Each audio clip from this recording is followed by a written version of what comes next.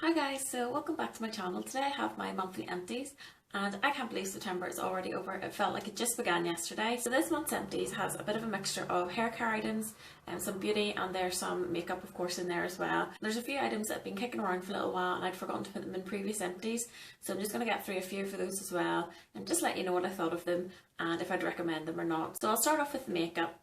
First of all, we have the Revlon Photo Ready foundation, and mine is in the colour Vanilla. And I've been using this for the past couple of months on and off. I tend to stick with 2 or 3 foundations that I'm really loving at the time.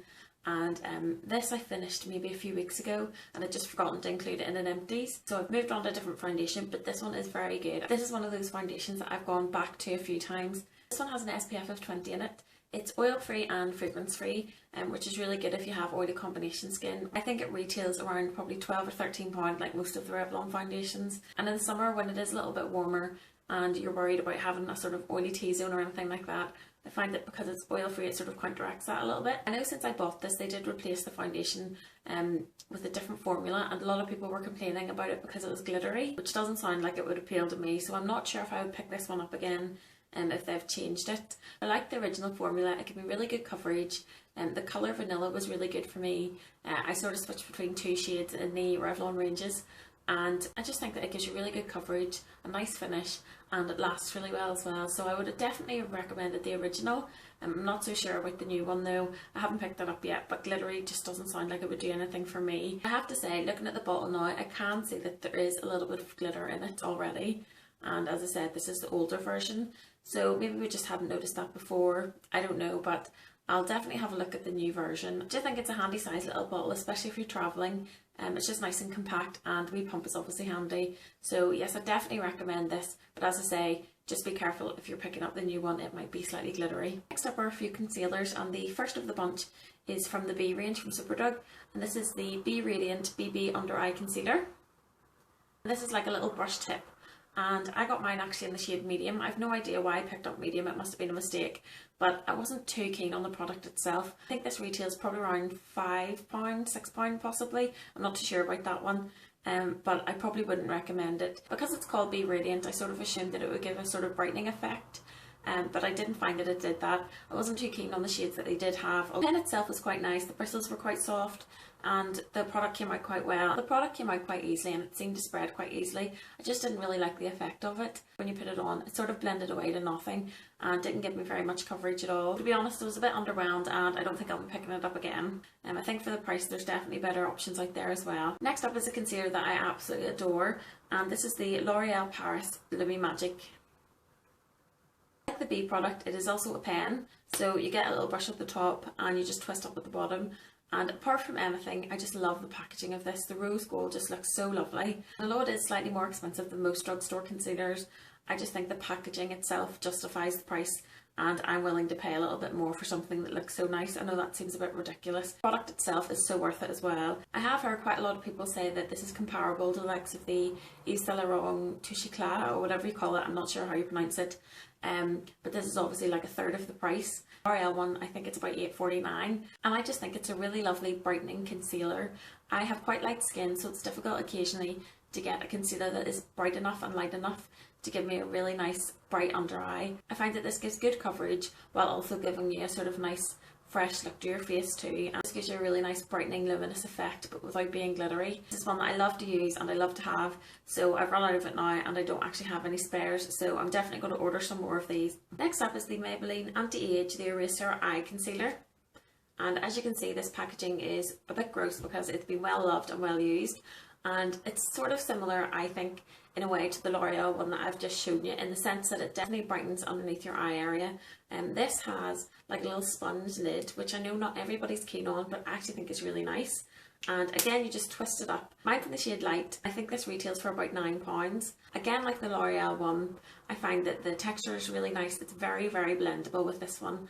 And I know this one was very overhyped on YouTube for a long time, but this is one that actually lives up to the hype for me anyway. I just find that once you put it on, it's the easiest thing to blend away. You get an instant sort of brightening look underneath your eyes. Again, like the L'Oreal one, it doesn't have any glitter or anything like that in it. I also find with this one and the likes of L'Oreal that you don't get sort of crease lines or anything like that. And again, this is one that's very easy to use if you want to give a very subtle highlight with your foundation and concealer, and this is a really good one. I also can't live without this one, so again, I'm going to go and pick up this one again, and I would definitely recommend it. Next up is another item from Maybelline, and this is the Maybelline New York Legal Length Mascara. And mine just has the pink writing on it. I think they have 3 versions, but I don't think there's much difference between them, apart from one of them has like a lacquer finish, so I think it's meant to look shiny. This one is slightly more expensive. This is about $11.99. Quite often I'll buy it when Maybelline have a 3 for 2 offer, or occasionally Maybelline have a 2 for £10 offer, which is fantastic because then you get 2 of these for £10 instead of $11.99 each. And I think that's what I did last time, so I do have a spare of this one. If you like extra long eyelashes like I do, then this is amazing. This is the type of mascara that does have fibres in it. Now, a lot of people are put off the idea of getting mascara because it has fibres in it, because they think that it's going to irritate their eyes. And while it does happen for some people, I have quite sensitive eyes and I've never found any of the Maybelline mascaras to irritate them.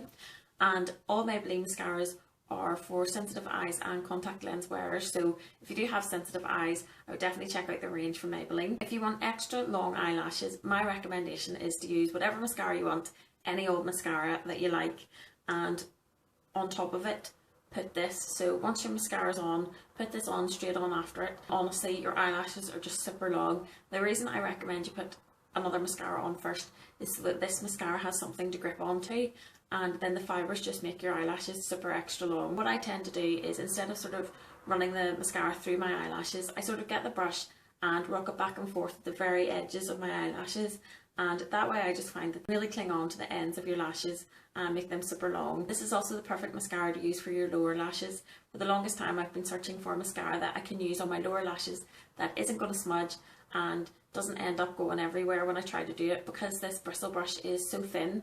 I can sort of get in and cook them very well, and because of the fibres it makes them look a bit longer as well. So altogether, one of my all-time favourite products. On to skincare, and to start us off we have another product from B, but this is from their skincare range, and this is the Be Replenished Antioxidant Boost Facial Oil. And this is the nice little glass jar with a sort of iodine dropper, and you get 30ml, and I think it retails for about £10. I think they have 2 or 3 versions of the oils, and they're all different prices, but quite often they have a half price offer on, so I probably picked it up when it was probably about £5 or £6. Oil itself is a sort of golden colour, and I've had this for quite a long time, and I'm sure I've probably featured it in one of my favourites before. This is a really nice oil to use at night time. As I've said quite a few times previously, I don't particularly like oils or a greasy texture on my face, but there's something about this oil that's quite refreshing. It also says that it's an antioxidant boost facial oil, and sometimes when my skin gets a little bit dull or dry looking, I'll sort of put a bit of this on the night before and massage it into my face, let it dry just before I go to bed, and I wake up, my face feels so much more nourished and conditioned. Sometimes I tend to over cleanse or overuse face masks. This is definitely something that I would recommend from the B range. Out of all the products, I think this is probably my favourite from the skincare range, and it seems to last an awful long time. A few drops goes a long way. If you're in the market for a facial oil, or your skin's a little bit dull, or if you're looking for something that's going to replenish and nourish your skin, then I would definitely recommend this. I think I have another one in my stock cupboard somewhere, but I will definitely be bringing it out, and it's especially handy to have over winter when your skin does tend to get a little bit duller. Last of the skincare, I have a few packets of wipes that I've gotten through recently, so I will just quickly get through those. And the first ones are the Yes Too Great For It. So I've seen the Yes To range quite a while ago, I think in TK Maxx, and then Gordon's over here in the UK started to stock it, and I really wanted to try something in the range. The creams were a bit more expensive, so I thought that I would try the wipes first just to see what I thought of the formula. I had tried to use these to remove makeup, and I don't think that was a good idea. I don't actually think that's what they're designed for. I think these are more for once you've removed your makeup, or if you just want to refresh your skin, stuff like that, because I did try and use them to remove my makeup and it wasn't a good idea. It didn't work very well. But as I say, that's probably not what they were designed for. And these are meant to be cleansing, exfoliating and brightening. You get 25 exfoliating wipes in a packet. They have grapefruit extract in them, and they are 95% natural. So while it does have a little lock seal, I actually found that the wipes still did dry out a little bit, and there's a little seal underneath that seemed to come loose. and so the wipes did dry out a little bit, which is a bit disappointing. As they go for cleansing sort of wipes, I did enjoy using them. I didn't think they were really a necessity. The only thing I would say about them is that around the eye area it did tend to sting a little bit. Apart from that, they were fine. I don't think I would pick them up again, but they did smell very nice. And I'll probably try something else in the range, but the wipes just weren't really for me. Next are the St. Ives Dry and Sensitive Wipes, and in this packet you get 35, and I think these are probably about £2 or so. And these were fine. To be honest, they were a bit dry. With these ones, they are alcohol free and they are fragrance free, so they're better for sensitive skin. And if you suffer from dry skin, because it's alcohol free, it won't be quite as drying on your skin as some other wipes can be. So these claim to remove makeup and waterproof eye makeup as well, and I really didn't find them to do that.